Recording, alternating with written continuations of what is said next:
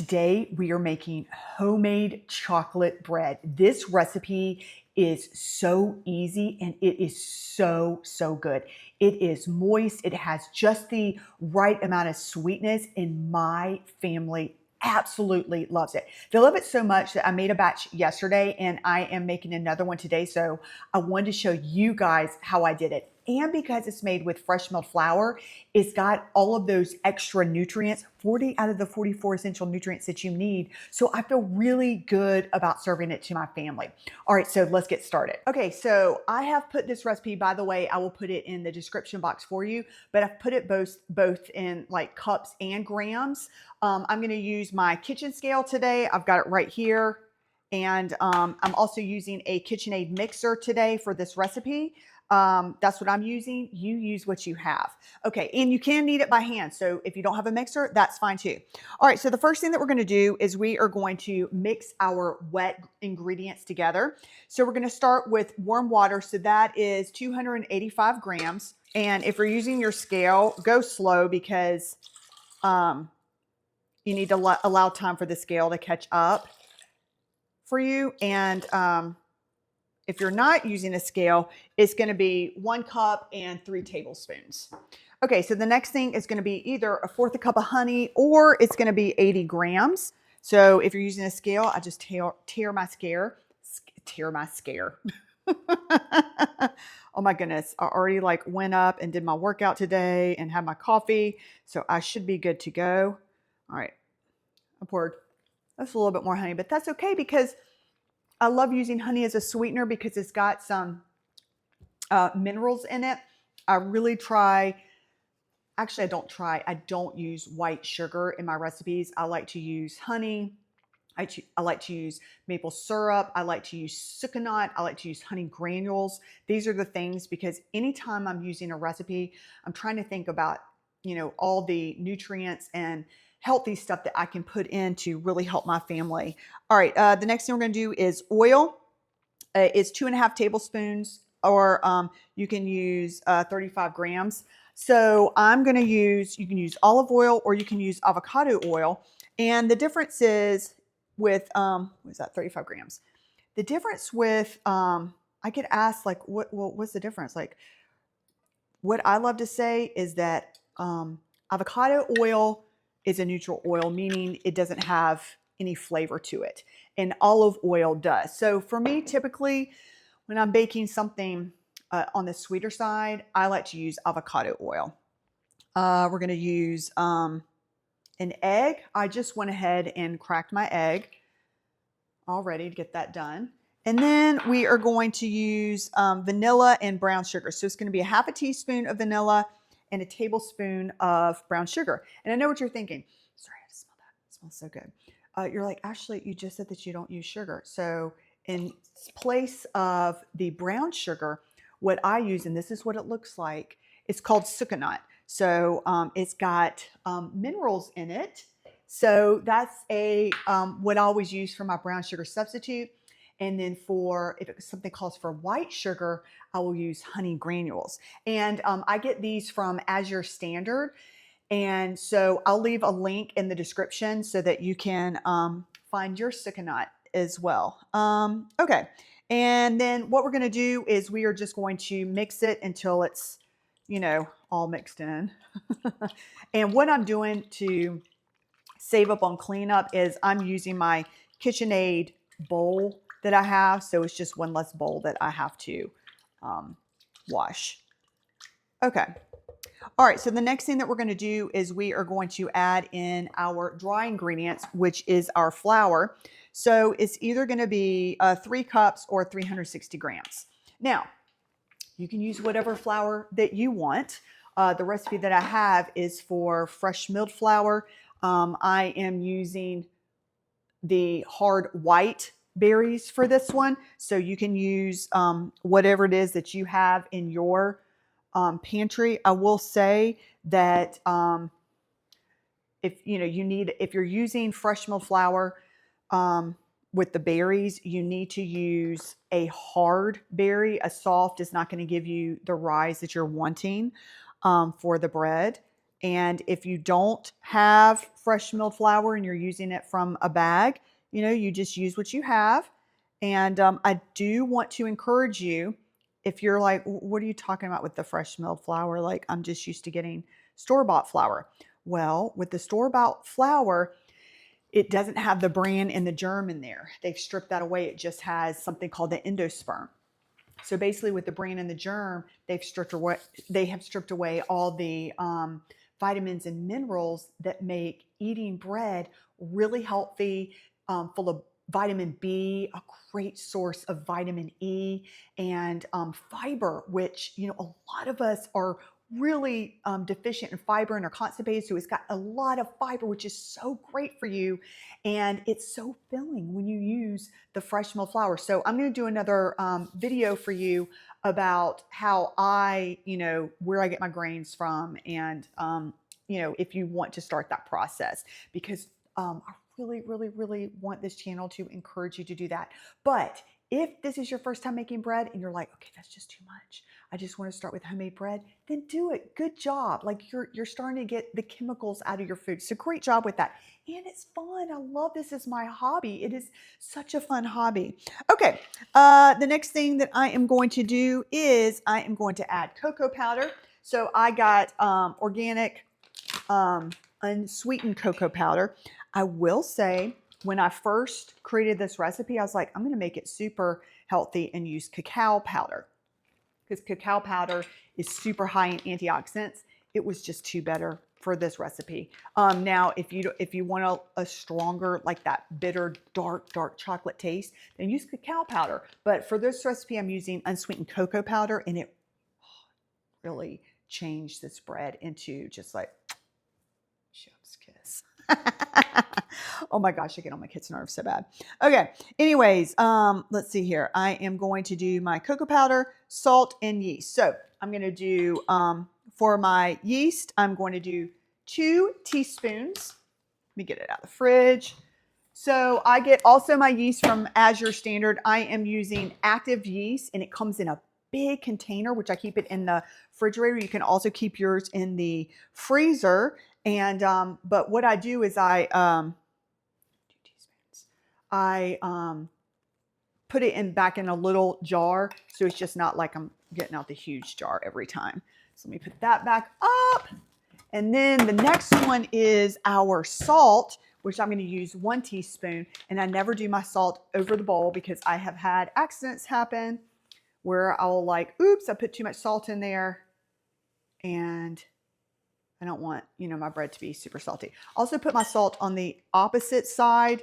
You don't want to put your salt directly on the yeast, because it will inhibit it from rising. But if you're worried about like putting the salt and the yeast at the same time, you really don't need to, because we've got the flour and all of the, you know, the wet ingredients. So when it mixes together, it's completely fine.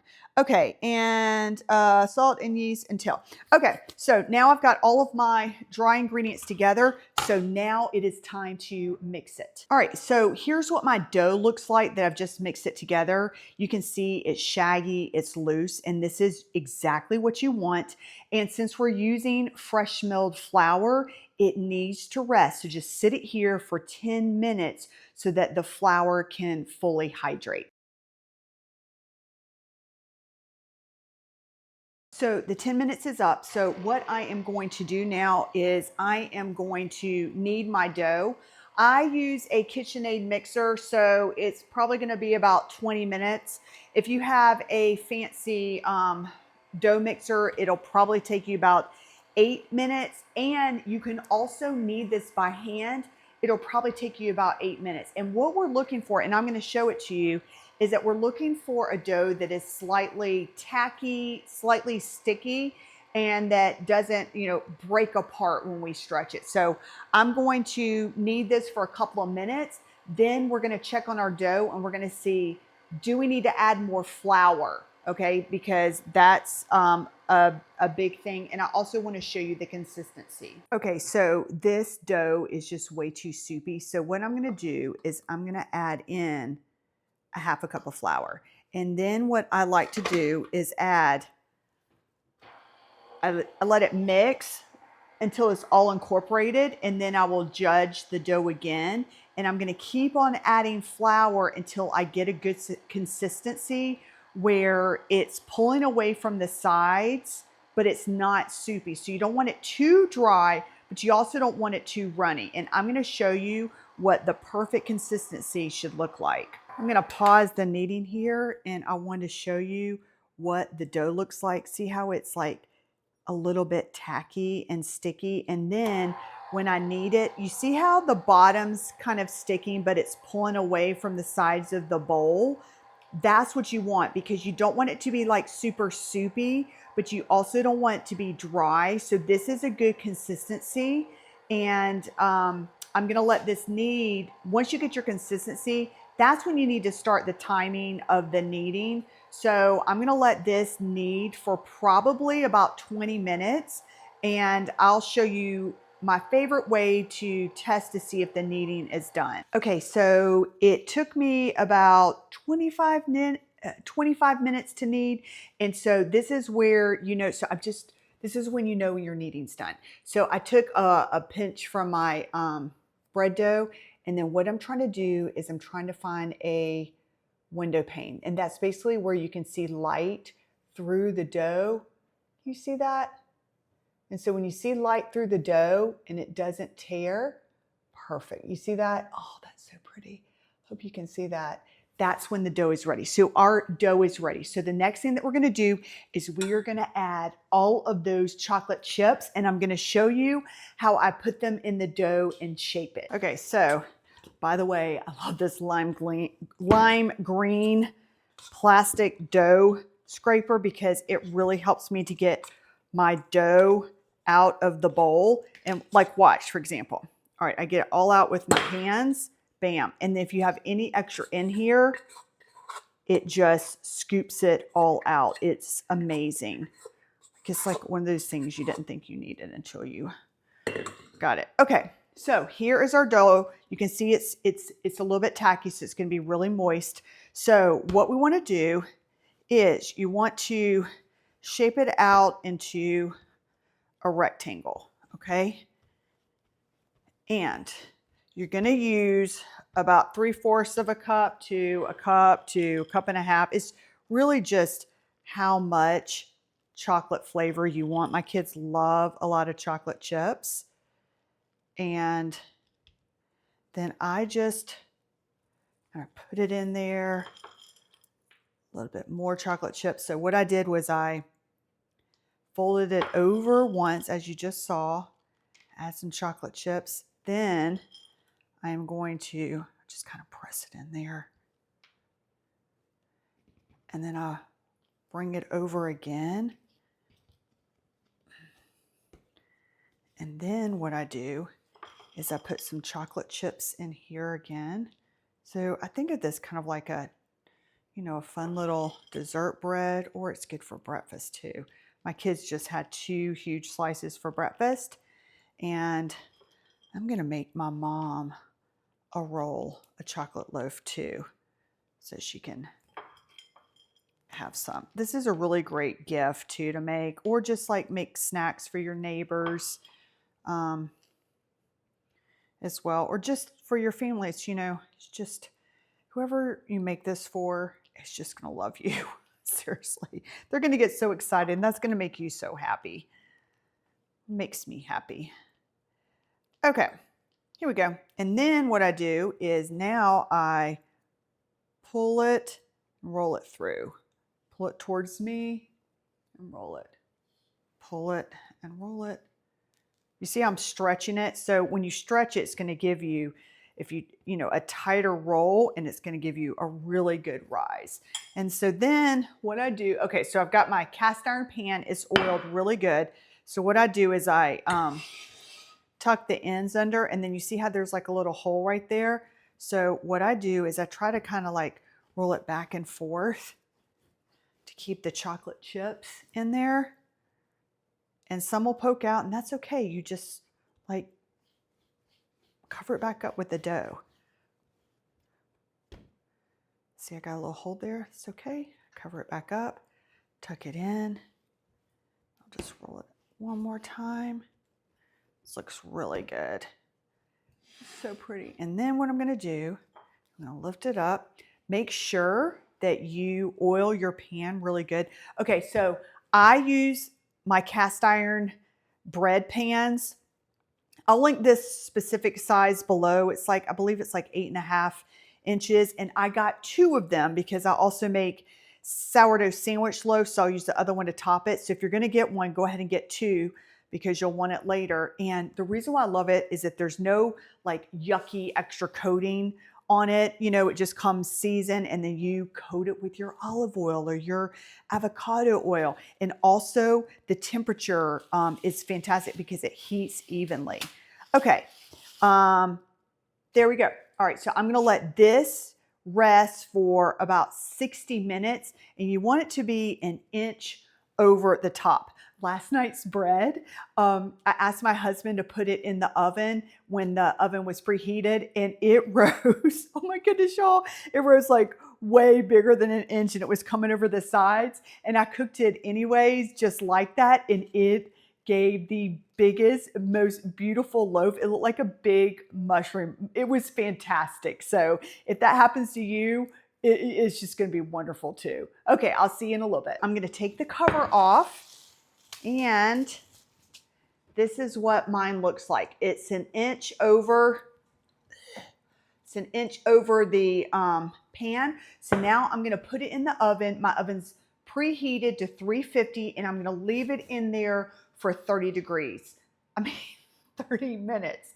And by the way, I don't like my the top of my bread to get really brown. So what I do is at the very top of my oven, I put a pan to block the heat at the top. So the top of my bread won't get too brown. So that's just a little tip. Anyways, I'll see you back in 30 minutes. Okay, so I took it out of the oven and what I am doing now is I am putting butter on the top. This is going to give it a softer crust. And what you want to do is you want to leave it in the cast iron pan for 10 minutes. And the reason why you want to leave it in the pan for 10 minutes is so it won't crack. So after 10 minutes, I'm going to come back here and I'm going to show you what we're going to do next. Okay, so the timer beeped. And so now what we're going to do is we're going to, whoa, oops. All right, make sure you have a good grip, y'all. Oh, and that's why you want to oil it really good. And then look, I like slammed it out, but that's okay. That's okay. But other than that, the piece fell off, but that's okay. Look at how gorgeous this is. Isn't that beautiful? Okay, and so what I'm going to do now is I am going to put it in the tea towel and I'm going to wrap it up and I'm going to let it sit here for 1 hour. That is going to give us a really good crumb. It's going to let it slowly continue to cool down. And then we're going to come right back here for a taste test. Oh, and by letting it rest here for an hour, it's going to make it easier to slice. Okay, I'm going to go ahead and slice into our chocolate bread. And I'm excited to see what it looks like on the inside. Isn't that pretty? You can see the chocolate chips. It's like a double chocolate loaf because we've got the cocoa powder in it. And oh, this is so pretty. Okay, if you notice the light change, the power just went out as I'm showing y'all my pretty bread. So that's why it's dark, but oh well, we're still going. So we got bread with the power out. Anyways, this is what it looks like. And look at all those chocolate chips. You know what? Let's go by a window where there's light. Okay, and here is what it looks like next to the window where we've got some light. Look at all the chocolate chips. Okay, I'm gonna go ahead and, ooh, look at it. Like, do you see that? It going apart? Oh my goodness, look at that. Isn't that beautiful? Ooh, my kids are gonna run to take a taste. Mmm. Oh, this is really good, y'all. I am so excited for you to try this bread. Thank you so much for being here on Fresh Flower Living. This chocolate bread is amazing. I'll see you in the next one.